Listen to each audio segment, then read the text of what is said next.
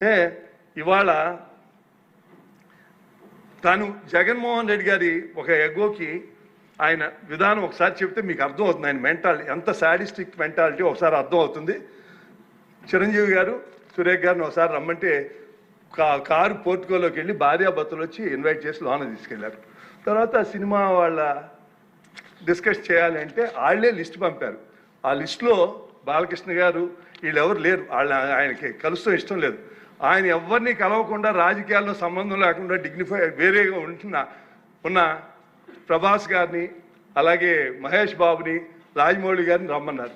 చిరంజీవి గారు వాళ్ళందరినీ రమ్మన్నారు. తనకు జరిగినట్టే ట్రీట్మెంట్ అని వాళ్ళు రామన్నారు. రావంటే కూడా బతిమాలి ఆయనకున్న మొహాటంతో వస్తే ఫస్ట్ షాక్ గేట్ దగ్గర కారు ఆపేశారు. అందరూ దిగి నమ్మన్నారన్నారు. అదేంటి అనుకుని వెళ్ళారు. లోన సెకండ్ షాక్ ఇంత పెద్దాన్ని పిలిచి ముందు పోసాని మురళీకృష్ణ ఇట్టంటాను కూర్చోబెట్టి అనుకున్నారు. మూడో షాక్ సీఎం గారు మిమ్మల్ని కలవట్లేదు, సినిమాటోగ్రఫీ మంత్రి వచ్చి మీకు చెప్తారన్నారు. అప్పుడు చిరంజీవి గారు కొంచెం గట్టిగానే ఏంటి మీరు పిలిస్తే మేము వీళ్ళందరినీ తీసుకొస్తే ఆయన రానంటారంటే వచ్చారు. వస్తే ఆయన మంచిగా పెద్దగా ఆయన ఒక రిక్వెస్ట్ చేస్తే, ఒక నిమిషం మీరు తండ్రి లాంటి వాళ్ళు సినిమా ఇండస్ట్రీని జాగ్రత్తగా చూసుకోవాలి, అది బయటికి రిలీజ్ చేసి ఎంత అవమానం చేశారని.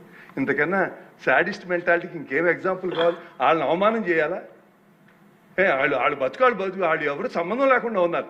అలా చేసి అలాగే మనం ఈ సభలో చూద్దాం. మీ పరిస్థితి ఏంటి అధ్యక్ష? మీరు నాకు 30 ఏళ్ళ నుంచి మీ పుట్టినరోజు నేను వస్తున్నాను. పుట్టినరోజునే మీకు ఆ రోజునే మిమ్మల్ని పంపించాలని కావాలని ఒక ఎంపీగా ఉండి 4 ఏళ్ళు మీ నియోజకవర్గంలో మీరు ఎంటర్ అవ్వలేకపోయారు. అంటే మామూలుగా కాదు, మాస్కులు వేసుకుని దొమ్మి ఇంకా కేసు కూడా ఉండదు. ఒక 100 మంది వచ్చి చంపేశారు. మీరు వెళ్ళలేని పరిస్థితి. 4 ఏళ్ళు వెళ్ళగలిగారా? ఒక ఎంపీని కింద పడుకోబెట్టి, కింద అంటే టేబుల్ మీద పడుకోబెట్టి కాళ్ళు పందిని పైకి ఎత్తినట్టు కాళ్ళు పైకి ఎత్తి ఇంతంత పొడుగు లెదర్ ఆటలతో పెట్టి కొట్టి చూసి ఆనందించారు అధ్యక్ష. ఏంటిది?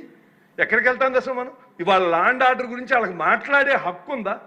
ఒక్కసారి ఆలోచించండి. మీరు కాదు, ఇక్కడ ఎంతమంది ఉన్నారు?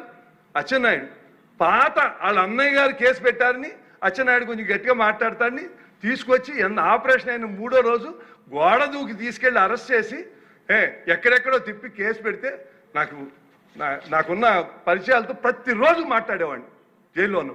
అలాగే కొల్లు రవీంద్ర గారు, నరేంద్ర గారు, ఒకళ్ళు కాదు ఎంత.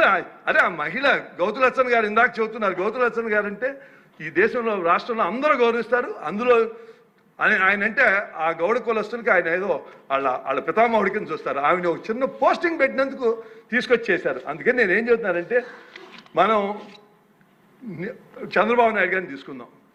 ప్రజలందరికీ తెలుసు సార్, జగన్మోహన్ రెడ్డి ఆ లిక్కర్ స్కామ్లో ఉన్నాడు, 3,500 కోట్లు ఆయనకే వెళ్ళిందని అందరూ తెలుసు. కానీ మీరు రియాలిటీకి ప్రూఫ్ లేకుండా ఏమీ చేయలే. ఎవరైతే ఉన్నారో వాళ్ళనే చేస్తున్నారు. ఫైనల్గా ఎక్కడికి వెళ్తుందో చూద్దాం. ప్రజలందరికీ తెలుసు మొత్తం సూత్రధారి జగన్మోహన్ రెడ్డి గారని లిక్కర్ స్కామ్లో. జగన్ మీడియా ఎన్ని అబద్ధాలు నిస్సిగ్గుగా చేస్తున్నా మనం ఏమంటలా. సోషల్ మీడియాలో ఇప్పుడు మనకున్న హార్మోనీని కూడా చెడగొట్టాలని ప్రయత్నం చేస్తున్నారు. బాధ అనిపిస్తుంది. నాకు ఒక ఎగ్జాంపుల్ చెబుతాను, మీకు చాలామంది సభ్యులు తెలియదు. అంటే ముఖ్యమంత్రిగా ఏ రోల్ ఎవరు ప్లే చేయాలని జగన్మోహన్ రెడ్డి గారు 2017లో పాదయాత్ర చేస్తున్నారు. నేను కొల్లేరుకి 9 కోట్లు 13 కోట్ల అడ్మినిస్ట్రేషన్ శాంక్షన్ కోసం అయ్యన్న పాత్ర గారిని తీసుకెళ్ళి నేను చంద్రబాబు నాయుడు గారికి వెళ్తే ఆయన మా ఇద్దరికి 2 మాటలు చెప్పారు. శ్రీనివాస్, జగన్మోహన్ రెడ్డి పాదయాత్ర చేస్తున్నాడు, ఆయనకి ఎటువంటి ఇబ్బంది ఫుల్ మెడికల్ టీం ఎప్పుడు 24 గంటలు ఉండేది చూడన్నారు. అయ్యన్న పాత్ర చెప్తే ఇంకా ఆశ్చర్యం వేసింది ఆయన చేసేదానికి. అంటే మనకి లోకేష్ బాబు అమరావతి పాదయాత్ర చేసే వాళ్ళని ఎంత బాధలు పెట్టారో ఈయన ఆలోచన. అయ్యన్న ఎక్కడ పాట్ హోల్ నడిచే చోట పాట్ హోల్స్ లేకుండా చూడమన్నారు. కావాలంటే స్పీకర్ గారిని అడగండి. ఇది అన్నారో లేదో అని. ముఖ్యమంత్రి గారిని అడగలేదు, స్పీకర్ గారు మేము అనుకున్నాం తేడా ఇది అని. అధ్యక్ష, ఇందాక గౌరవ శాసనసభ్యులు కామినేని శ్రీనివాసరావు మాడుతూ అప్పుడు అందరూ ఇండస్ట్రీ కలవడానికి వెళ్ళినప్పుడు సైకో గారిని చిరంజీవి గారు గట్టిగా అడిగితే అప్పుడు ఈయన వచ్చాడంది అబద్ధం. గట్టిగా ఎవడు అడగలేదు అక్కడ. అది మీరు అన్నారు ఇందాక. ఏదో గట్టిగా అడిగితే ఈయన వచ్చాడు మళ్ళీ కలవడానికి, లేకపోతే ఏదో సినిమాటోగ్రఫీ మినిస్టర్ కలవమన్నారు అని.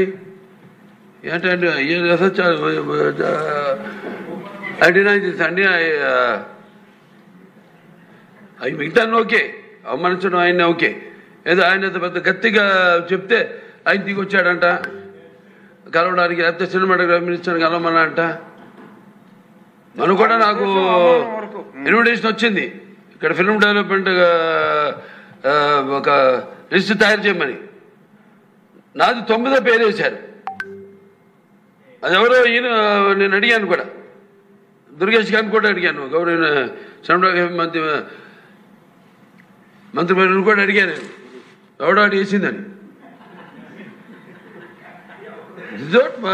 The respect a human being, even be opposition or us. 9వ పేరు వేశారు.